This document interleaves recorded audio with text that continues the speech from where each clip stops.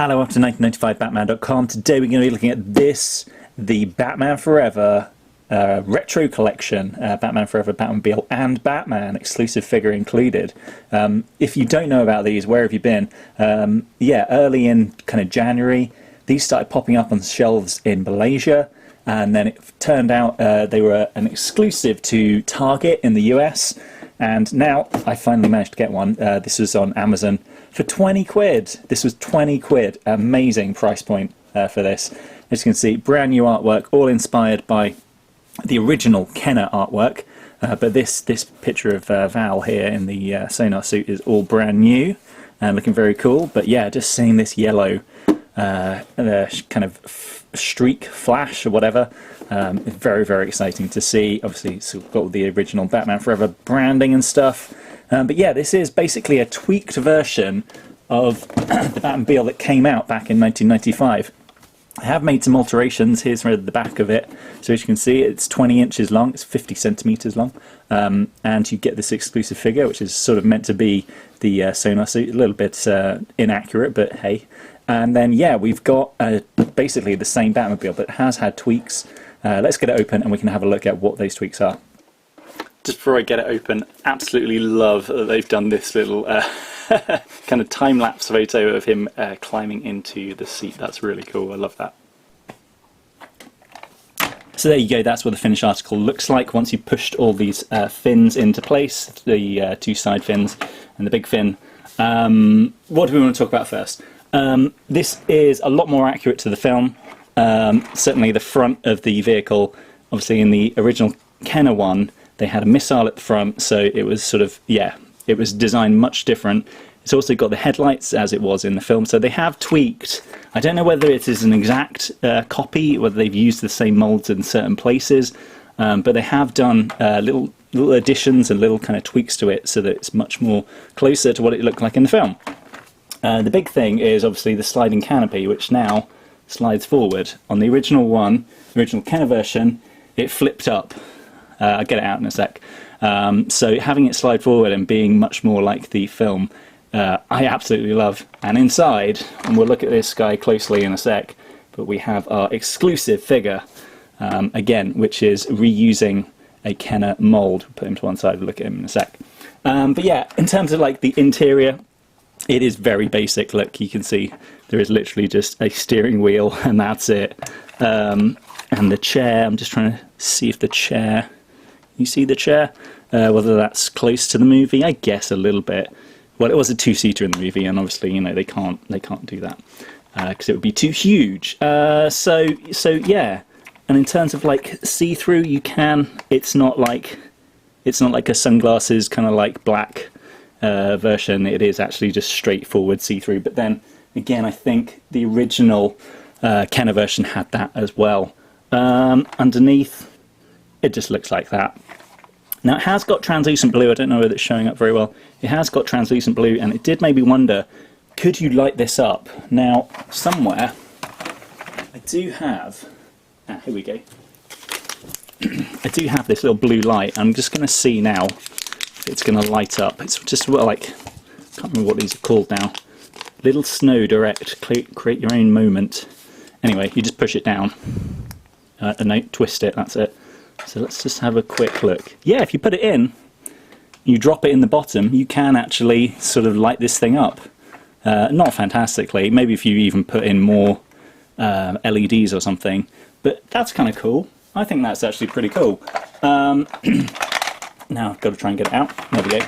I bought this because I wanted to use it on the McFarlane one, so you know, it's a way of kind of having it light up without having to worry about like batteries and things. But yeah, they're really cool. Anyway, let's have a look at the figure next. So this is the exclusive figure, obviously trying to be like the sonar suit. Again, this actually reuses one of the suits from the original Kenner series, which is this Blast suit. You can tell because it's got these distinctive sort of like swishes on his sort of breast there. But obviously there, the Blast Cape one was the one where it yeah, came with a little kind of button and you could fire his cape out. I don't know why they went for this. I think some other people have been a bit confused as well because it hasn't got the sonar suit kind of like slashes down the side.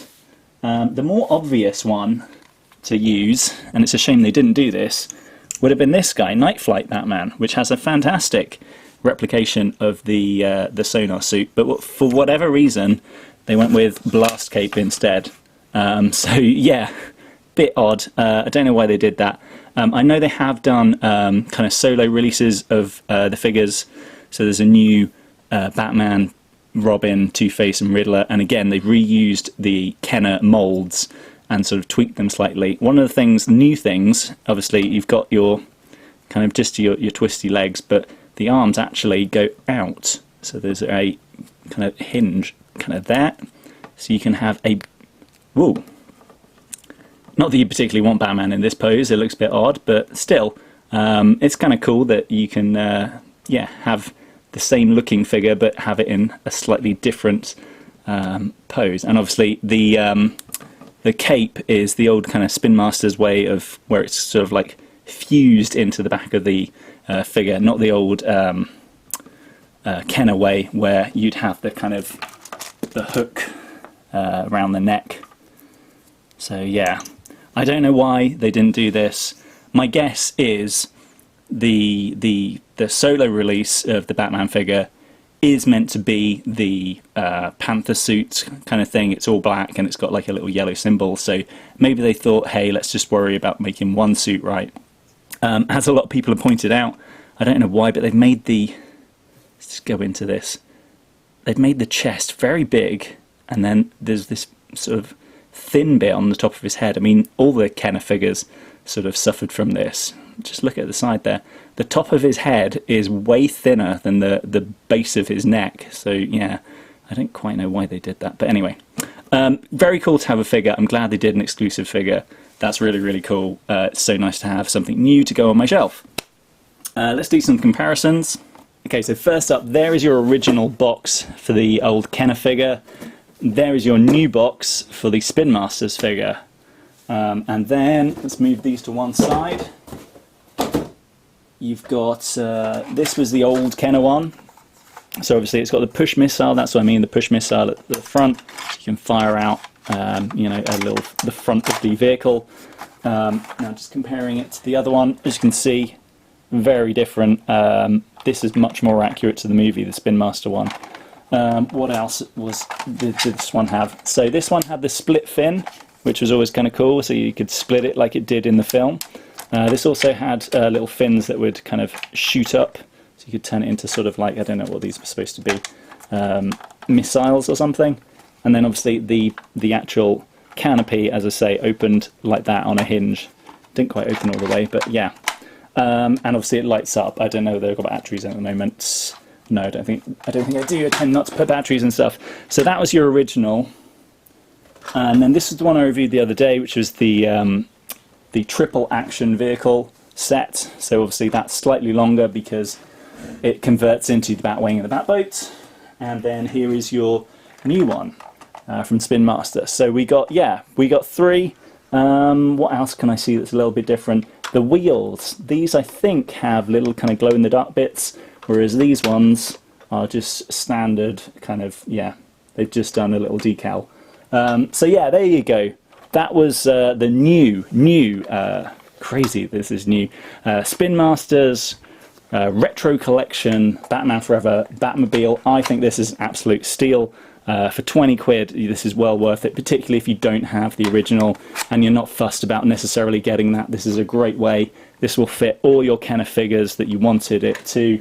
The only thing I will say, and I'll get to it once I get my hands on the other figures, the solo figures, is that obviously this, it's you know, it is fun to see the old Kenner molds out again, but when they did Batman Returns last year, they did this 3 3/4 one, which was fantastic and looked so, let's just go in a little bit, that looks so close to Michael Keaton. And I kind of wish they'd done a new mould for this. I kind of wish they'd done a new mould, but they didn't. Hey, they've done some tweaks. It's new. It's going to go on my shelf. It's going to be fun to have some new Kenner figures to go on my shelf. So there is that. So yeah, I will see you guys next time.